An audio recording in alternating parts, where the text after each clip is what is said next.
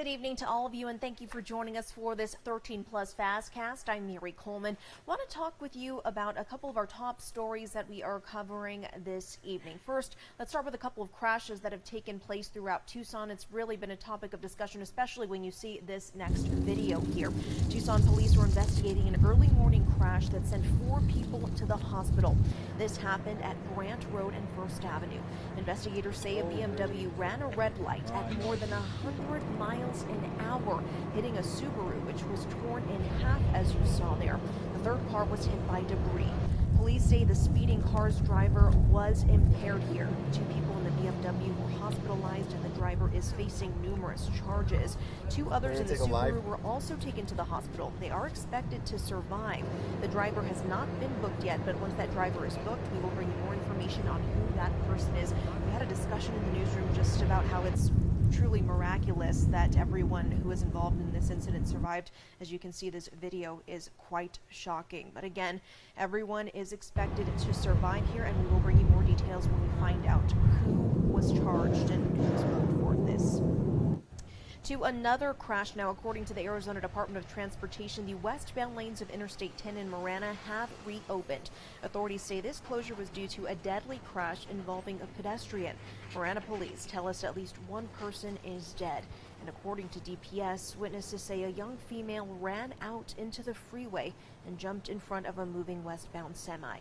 DPS says an investigation is underway. This is the 3rd fatal pedestrian crash on I-10 in the Marana area in less than 3 weeks. You may remember on September 9th, a young teen was hit and killed on I-10 near the Marana Road exit.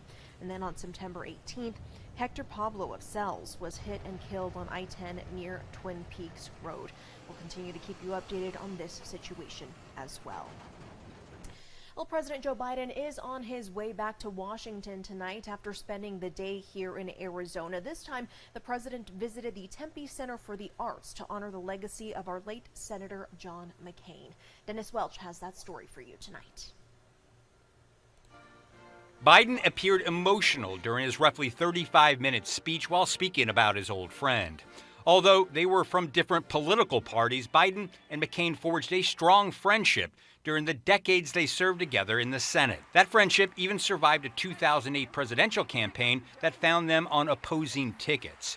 The announcement of the McCain Library today was included in a broader speech focused on the fate of American democracy, which is expected to be a central theme for Biden's re-election campaign. And I've always been clear, democracy is not a partisan issue. It's an American issue. I've come to honor the McCain Institute and Library because they are a home of a proud Republican who put his country first. Our commitment should be no less, because democracy should unite all Americans, regardless of political affiliation. The president spent the rest of his speech focusing on what he sees as the threats to democracy. Specifically, he labeled Donald Trump and his Make America Great movement an extremist group and dangerous to American values.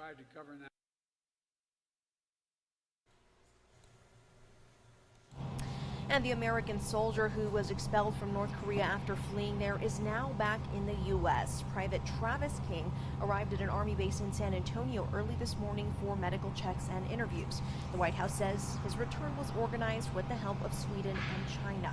The military says King is in good health, and he still faces disciplinary action for going AWOL after being released from prison in South Korea on an assault conviction. Well, loved ones gathered in Baltimore last night to remember tech entrepreneur Pavel Lapierre. Now, although the event was held on the other side of the country, many people in southern Arizona are thinking of her this evening for her connections to our area. Our Catherine Patterson has that story tonight. So I want to thank you all for being here and for loving our daughter and taking care of her. Pavel Lapierre's parents traveled from Tucson to remember their daughter, who they say made an impact on every person she touched. We're going to take her away from Baltimore, but her presence will never leave here. She had her start in southern Arizona, growing up with high aspirations for herself and the world around her. She's always been a leader, always been driven and creative, always intended to be a high achiever. Even didn't mention it or say it or anything, but you could just tell that she knew what she wanted to accomplish, and there was nothing that would get in her way of accomplishing that. After graduating from Johns Hopkins University, she went on to become the CEO of EcoMap Technologies, aimed at making resources more accessible. The world is looking at us and saying, nope, this is what happens in Baltimore. But I'm telling you, she saw things that no one else saw. And she saw something in Baltimore. And as the seeds of division are sown, we stand more united than ever as a city, as a community, as a team, and as an ecosystem, because we know Pava's got our back. Her loss can be felt across the country, with the ones she led learning to move forward to continue her legacy. Pava woke up every day with the belief that she and we together had the power to ignite change. Together we can show the world that she was right. 3, 2, 1. I love you!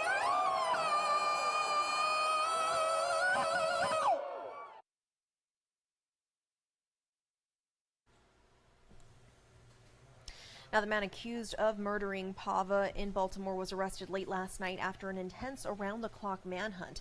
Jason Billingsley is now facing numerous charges, including murder and assault. Charging documents state LaPierre let him into the building, but police are unsure if they knew each other. He's also facing rape and arson charges from a violent attack just days before her murder. Police say he knew victims in that case and identified himself as building maintenance. Billingsley had been released from prison 1 year ago after serving time for sexual assault. He was given good time credits that mandated his release after 9 years of a 14-year sentence. And switching gears now, calling all stargazers, the last supermoon of the year will peak around 6 in the morning Eastern time tomorrow. It'll be closer to Earth than usual and will seem bigger and brighter. This version is called the harvest moon as a nod to the fall season. Other names include corn marker moon, moon of brown leaves, or autumn moon. The terms are different south of the equator since it is springtime there.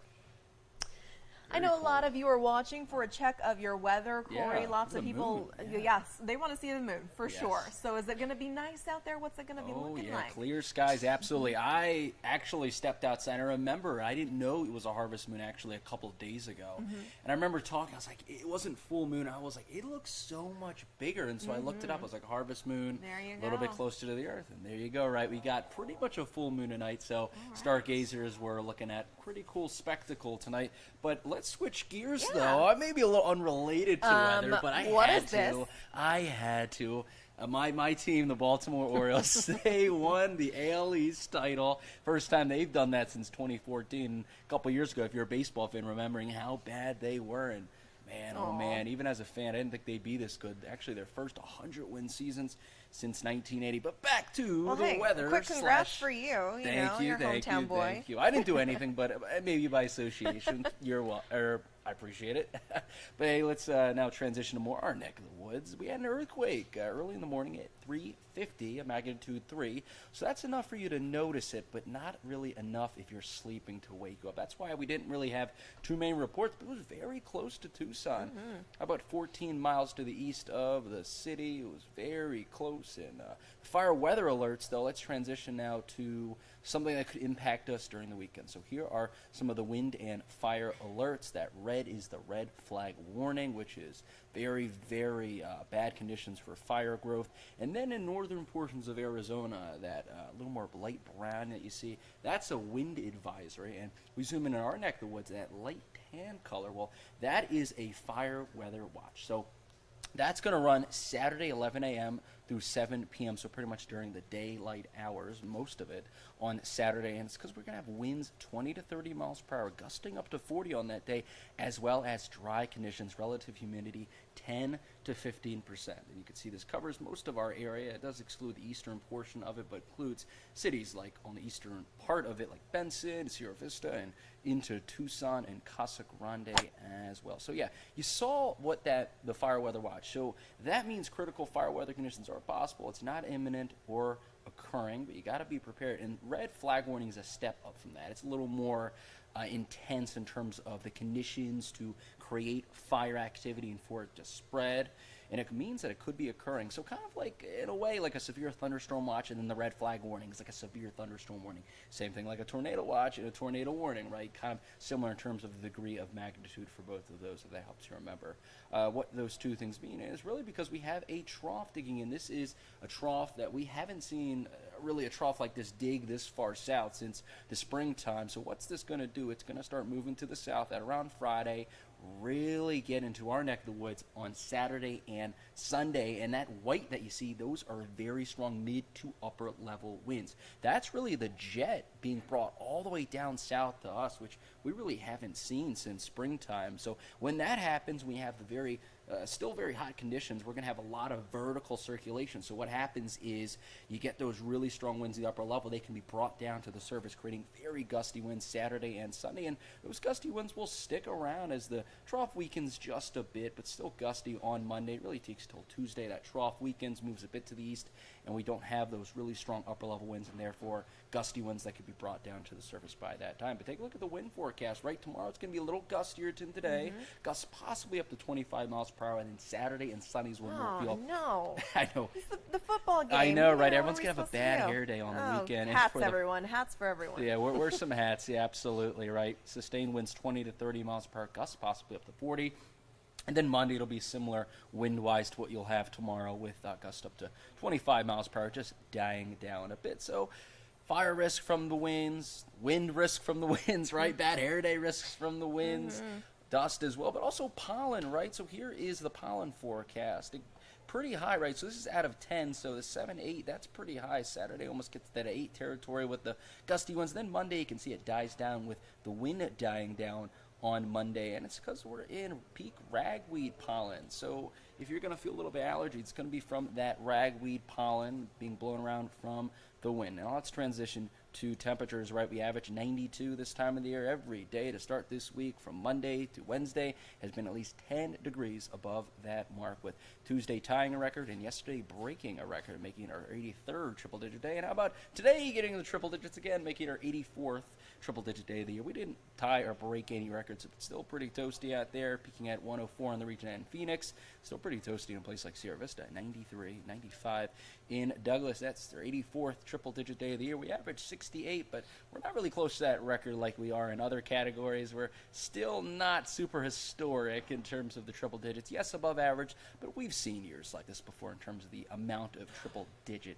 days. You may be wondering, are we done with the triple digits? Well, according to history, the average last triple-digit day is on September 24th, so it should have happened 4 days ago. But we've seen triple digits last well into October. How about the last triple-digit day being October 16th, which was in 2020, another very hot year. And last year we saw the last triple-digit day on September 25th, and our last triple-digit day was today. So are we done with it, right? I talked about that trough bringing us the windy conditions, Mary, but how about this? Look what it does to our temperatures. Look at how cool it gets. I mean, this is the coolest air we've seen, I mean, really since, I guess June. I mean, you got to think, right? We've had maybe single days where it's been in the 80s because it's been cloudy, but persistent few days of being sub 90 degrees. When's the last time you could say that? So, yeah, some fall-like temperatures finally settling in, really kicking in on Sunday and lasting through Tuesday for many locations and getting below what you normally see this time of the year. Also, low temperatures, how about them settling in the 50-degree territory for Monday, Tuesday, Wednesday, and through Thursday to start your week? That'll be nice as well. And as we get into October, these are the temperatures you expect on average. You start the month off with highs in the low 90s, lows in the mid 60s, and then by the end of the month you're seeing lows in the low 80s, highs in the low 80s, lows in the mid 50s. Can't wait for weather like that. And overall here, your averages, your records, right? A big range of temperatures can happen in October. We've seen it get up to 103, but also down to 26. Also is a pretty dry month, right? Keep in mind, right? So we're just below 3/4 of an inch is the average, but we've seen pretty rainy 3 inches happen in October, but also some months or some years in October we've seen no rain. So overall a pretty dry month. So let's take a look at temperatures with that average temperature in mind of 86, low 59, right? We're expected to be just slightly above that, right? When we're showing you stuff 3, 4, 5 months ago about the summer, we were seeing a lot darker oranges, which means well above average. So relative to this summer, we're not going to see as hot of temperatures climatologically speaking. So thinking around average temperatures as you head into October, maybe slightly above average. And hey, how about this? Maybe slightly above average precip, but don't get too excited. One, it's slightly above average. We're in the lightest shade of green, and also you only average around 3/4 of an inch of rain in October, so that doesn't mean a whole ton. And overall monsoon, we're almost at the end here. The one on the left is total monsoon rainfall. In the right, which I think is the most important to look at, is the average rainfall you see for monsoon. A lot of brown, which means a lot of below average, especially in a place like Phoenix and areas to the east and southeast of Tucson. I've seen a lot of browns, which mean well below average. So overall, it's been a very dry monsoon. And yeah, we're getting into that period now, fall, where we're at a monsoon. We're in that dry period, and it's really going to persist over the next 7 days. You can see no rain expected in our region. Really, a big gaping hole in Arizona. It's almost like Mother Nature is saying, everyone else, get rain over the next 7 days. Oh, except for you, Arizona. You're not going to get any rain, right? That's what we're looking at right now, and reflected in our rain chances over the next 7 days, zeros. Across the board, Mayor, but hey, you can hang your hat on the fact that fall temperatures look to finally be settling in starting this weekend through next week. Woohoo! Yes. Thanks, Corey. Well, with that said, we will leave you all with a look outside as things are looking pretty gorgeous overlooking the Tucson area. We hope you will join us tonight in a couple of hours on 13 News Live at 10.